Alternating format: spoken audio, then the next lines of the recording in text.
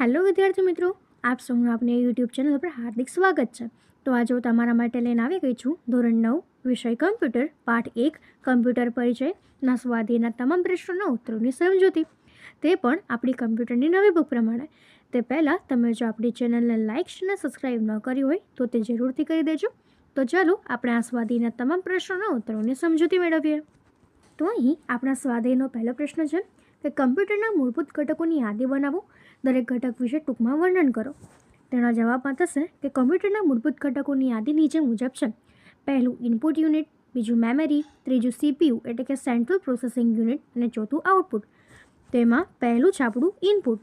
તો એમાં આપણે લખી શકીએ કે કમ્પ્યુટર ઉપયોગ કરતા કમ્પ્યુટરને ડેટા અને સૂચનાઓનું સેટ જે આપે છે તેને ઇનપુટ કહેવાય છે, તથા જે એકમ દ્વારા ડેટા ઇનપુટ કરવામાં આવે છે તેને ઇનપુટ યુનિટ કહેવામાં આવે છે, જેમ કે keyboard, mouse, joystick, barcode reader, universal serial bus એટલે કે USB એકમો, હાર્ડ ડિસ્ક, કોમ્પેક્ટ ડિસ્ક વગેરે। વિવિધ પ્રકારના ઇનપુટ એકમો જુદા જુદા સ્વરૂપમાં ડેટા લે છે અને કમ્પ્યુટરની મેમરીમાં મોકલે છે। એના પછી હવે આપણું છે મેમરી। તો એમાં આપણે લખી શકીએ કે ઇનપુટ એકમો દ્વારા નિવેશ કરવામાં આવેલી માહિતીને એ સંગ્રહ કમ્પ્યુટરમાં થાય છે, કમ્પ્યુટરની મેમરીમાં થાય છે। કમ્પ્યુટર મેમરી વિવિધ પ્રકારની હોય છે, અસ્થાયી મેમરી અને સ્થાયી મેમરી। પ્રાઇમરી મેમરીની સરખામણીમાં સેકન્ડરી મેમરી એ સ્થાયી, ધીમી અને ઓછી ખર્ચાળ અને ક્ષમતામાં ઘણી વધારે હોય છે। એના પછી ત્રીજું છે CPU એટલે કે સેન્ટ્રલ પ્રોસેસિંગ યુનિટ।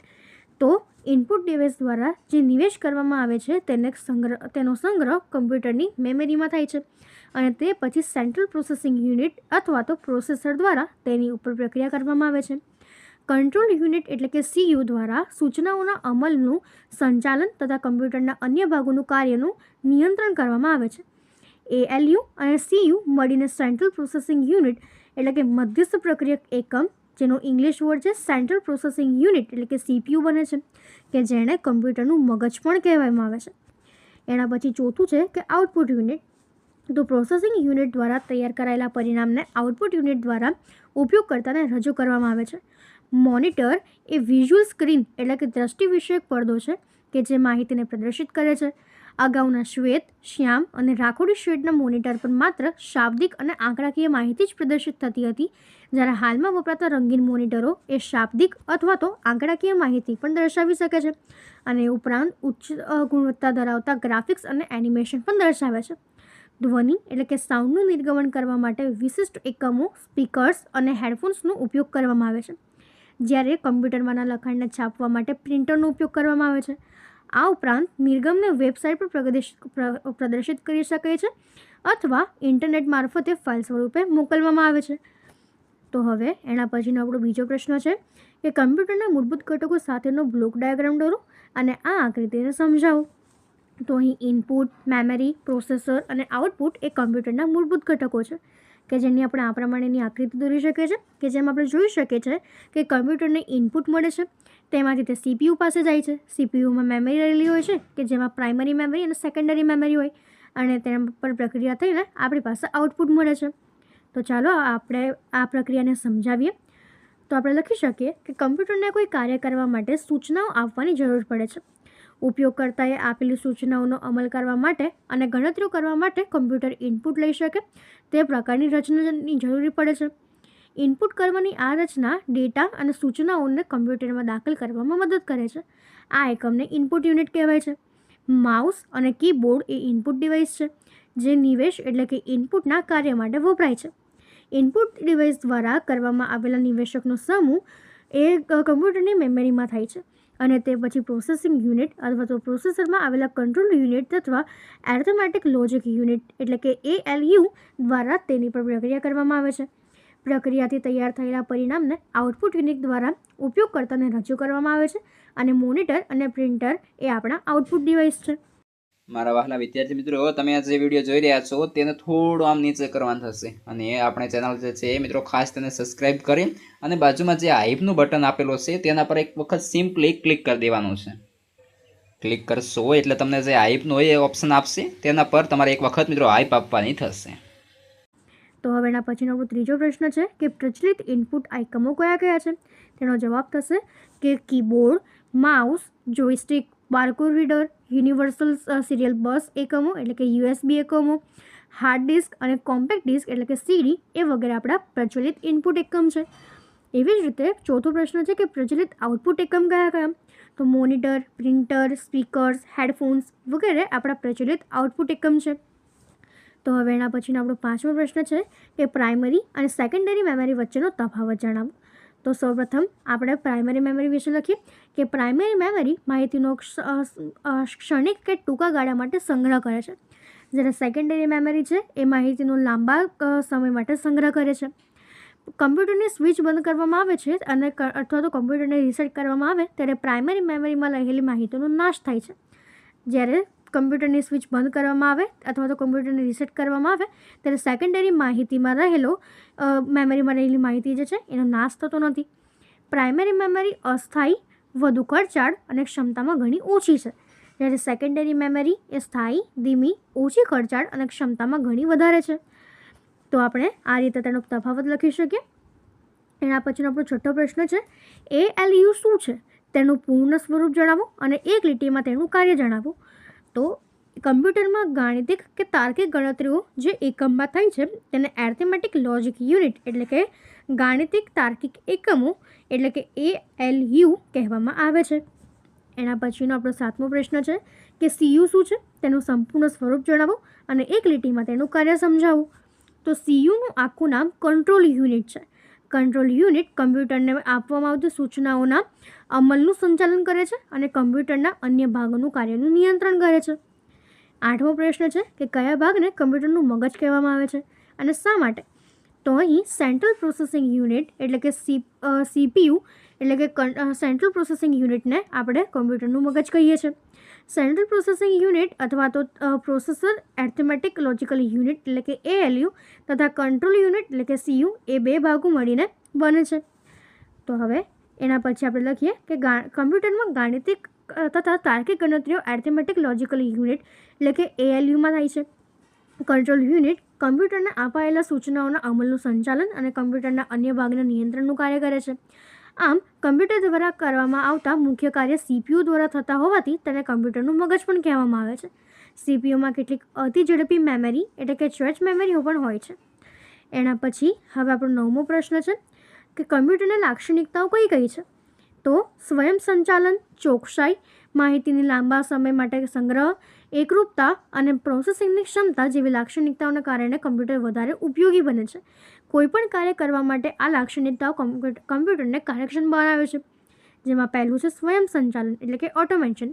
કમ્પ્યુટર કોઈપણ કાર્ય પોતાની મેળે એટલે કે સ્વયં સંચાલિત કરે છે. ડેટા અને સૂચનાઓને એક વખત કમ્પ્યુટરની મેમરીમાં સંગ્રહ કર્યા પછી કોઈ વ્યક્તિની મધ્યસ્થીની જરૂર રહેતી નથી. વિપુલ પ્રમાણમાં સંગ્રહિત ડેટામાંથી કોઈ માહિતી શોધવા જેવા કેટલાક કાર્ય સ્વયં સંચાલિત જ શક્ય ન બને છે. બીજું છે ચોકસાઈ એટલે એક્યુરેસી. ગૂંચવણભરેલ ગાણિતિક અને તાર્કિક ગણતરીઓ કોઈપણ ભૂલ વગર ઉચ્ચ ગુણવત્તા સાથે કરવા માટે કમ્પ્યુટર સક્ષમ છે.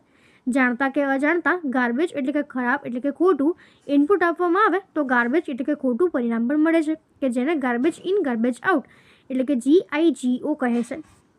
ત્રીજું છે કે લાંબા સમય સુધી ડેટાનો સંગ્રહ એટલે કે લોંગ ટર્મ સ્ટોરેજ એટલે કમ્પ્યુટરમાં આવેલા સેકન્ડરી મેમરી વિપુલ પ્રમાણમાં ડેટાનો સંગ્રહ લાંબા સમય સુધી કરી શકે છે. આ માહિતીને જરૂર પડીએ સરળતાથી પાછી મેળવી શકાય છે.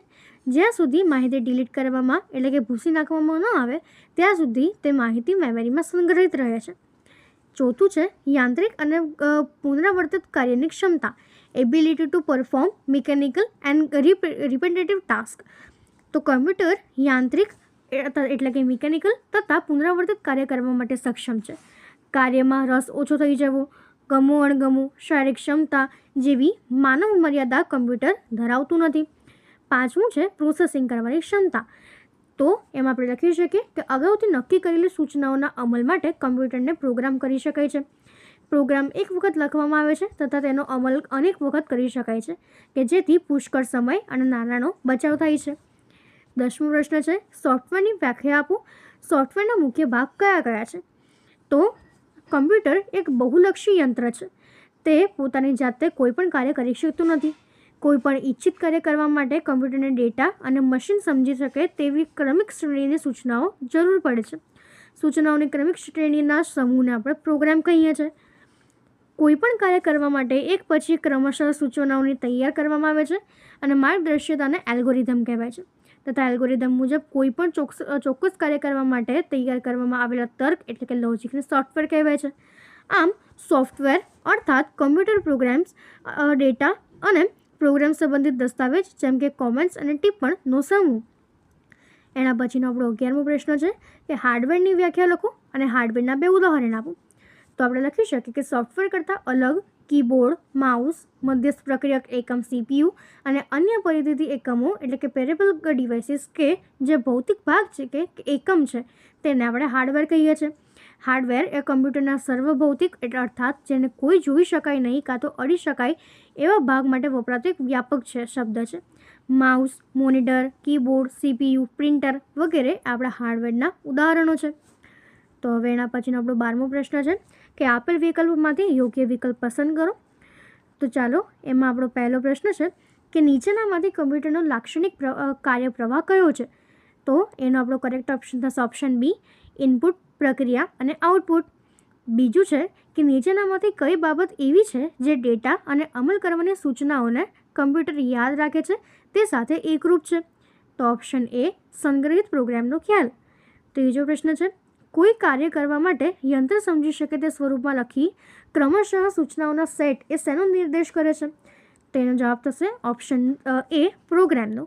એના પછીનો આપણો ચોથો પ્રશ્ન છે કે કમ્પ્યુટરમાં ડેટા દાખલ કરતી વખતે નીચેનામાંથી કયો એકમ આપેલ ડેટાને યંત્ર વાંચી શકે તે સ્વરૂપમાં ફેરવે છે. તો એનો જવાબ થશે ઓપ્શન બી, ઇનપુટમાં. એના પછીનો આપણો 5મો પ્રશ્ન છે કે નીચેનામાંથી કમ્પ્યુટરની મેમરી શેનો સંગ્રહ કરે છે. ઓપ્શન ડી, આપેલ બધા વિકલ્પ એટલે કે ડેટા, પરિણામ અને સૂચનાઓનો. એના પછી છઠ્ઠો પ્રશ્ન છે નીચેનામાંથી મેમરીનો કયો પ્રકાર મોંઘો, ઝડપી અને કદમાં મર્યાદિત છે. તો પ્રાઇમરી મેમરીનું બીજું નામ જણાવો. તો તે થશે અસ્થાયી મેમરી.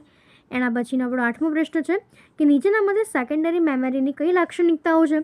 તો ઓપ્શન ડી, પ્રાઇમરી મેમરી કરતાં સ્થાયી અને ધીમી છે.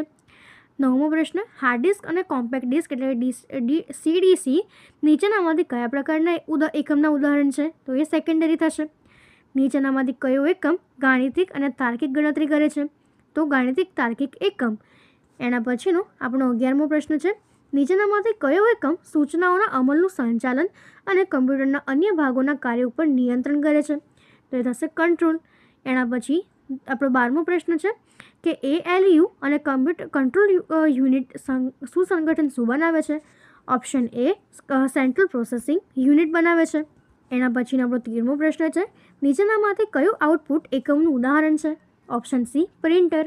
14મો પ્રશ્ન કમ્પ્યુટરનો કયો ભાગ કમ્પ્યુટરના મગજ તરીકે ઓળખાય છે. Option C, central processing unit એટલે કે CPU.